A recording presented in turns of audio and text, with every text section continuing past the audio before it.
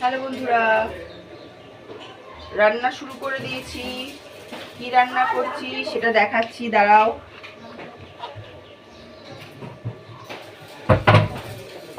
এখানে হচ্ছে পটল কেটে নিয়েছি লম্বা লম্বা করে। দাঁড়াও, মোবাইলটা একটু এরকম করি। গ্যাস, এখানে পটল কেটে নিয়েছি লম্বা লম্বা করে। চন্দ্রমুখী আলু কেটে নিয়েছি। আলুর অ্যাড দিচ্ছি ভাববেন না, আলু কেটে নিয়েছি। চন্দ্রমুখী আলু খেতে না খুব ভালো লাগে, একটু দামটা কম আছে বলে তাই নিয়ে এসেছি। আর কালকে বাজারে গেছিলাম, বোয়াল মাছ নিয়ে এসেছি। এই যে তো বোয়াল মাছ দিয়ে আলু দিয়ে ঝোল করব, আর পটল ভাজা। তাড়াহুড়ো করে করছি বন্ধুরা, কাজে যাওয়ার জন্য। ভাত হয়ে গেছে, আর এই মাছিটা না ভ্যান ভ্যান করছে, বাইরে কাজ হচ্ছে, গ্রিল মেশিনের আওয়াজ হচ্ছে। তাহলে চলুন রান্নাটা করা যাক।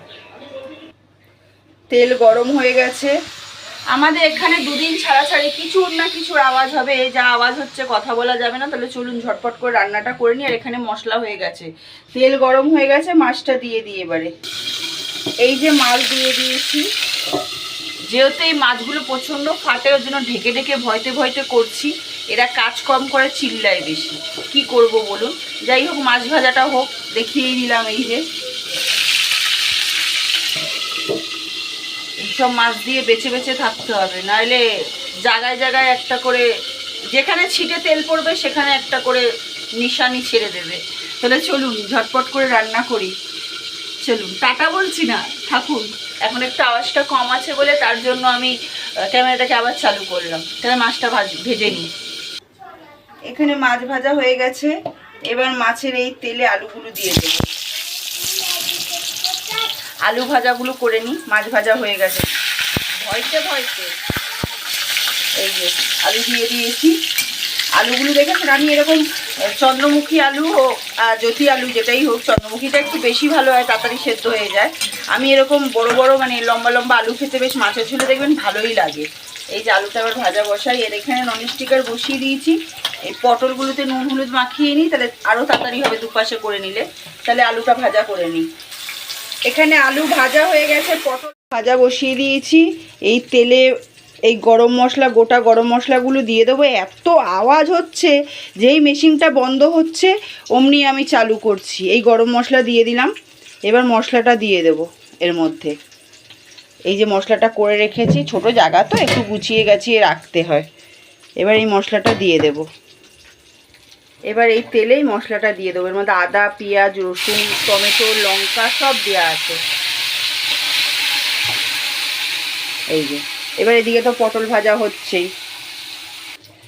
এর মধ্যে সব মশলা দিয়ে দিয়েছি, একটু জিরের গুঁড়ো দিয়ে দিয়েছি সামান্য। এবার এই মশলাটা ভালো করে একটু কষাবো, আর পটলটা ততক্ষণ হোক। মাথা খারাপ হয়ে যাচ্ছে, উফ। চলুন বন্ধুরা, এই যে রান্না কমপ্লিট। এখানে আছে ভাত। তাড়াহুড়ো করছি বন্ধুরা, জানেন তো। পটল ভাজা, আর এই হচ্ছে মাছের ঝোল, লাল লাল করে বোয়াল মাছের ঝোল।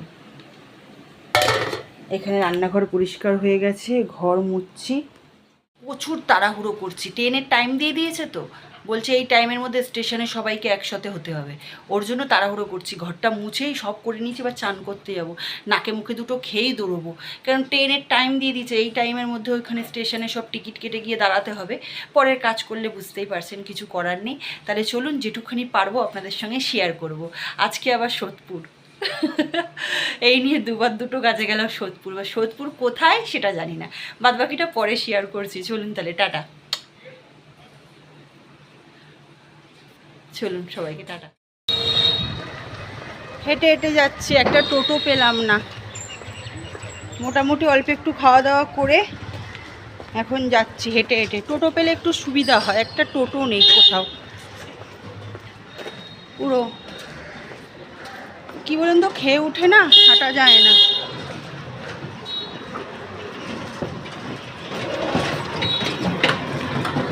খেয়ে উঠে হাঁটা যায় না। টোটোটা ফাঁকা ছিল না, লোক আছে। তাহলে চলুন যাওয়া যাক।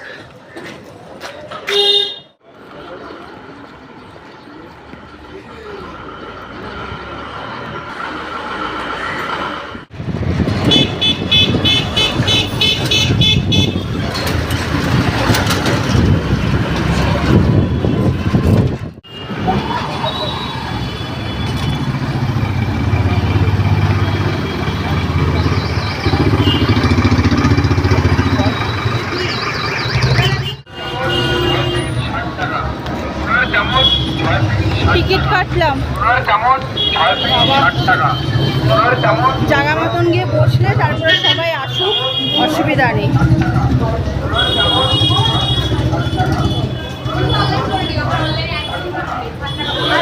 আমি আমার মতন গিয়ে বসে থাকি, তাই না, যেন বলতে না পারে আমি লেট করেছি। তার জন্য আমার টিকিটটা আমি ঝটপট করে কেটে নিলাম।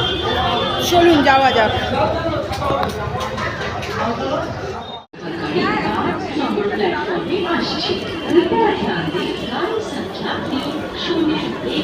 দমদম স্টেশনে বসে আছি, হাঁপিয়ে গেছি পুরো, সিঁড়ি দিয়ে উঠতে হয় তো। আমি আমার জায়গায় এসে বসে পড়লাম, এবার সব আস্তে আস্তে আসুক। সিঁড়ি দিয়ে উঠতে হয়, প্রচণ্ড হাঁপিয়ে গেছি আমি। তাহলে চলো বসে থাকি, এবার এক এক করে আসুক। আমি আমার জায়গায় পৌঁছে গেছি, তাহলে চলো আবার জায়গায় গিয়ে দেখা হচ্ছে।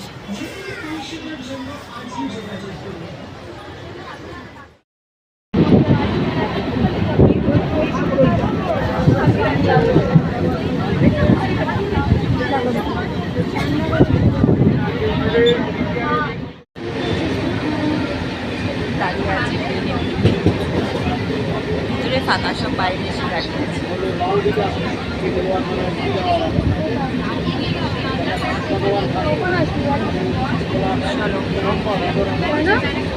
কোনায় দাঁড়িয়ে আছে।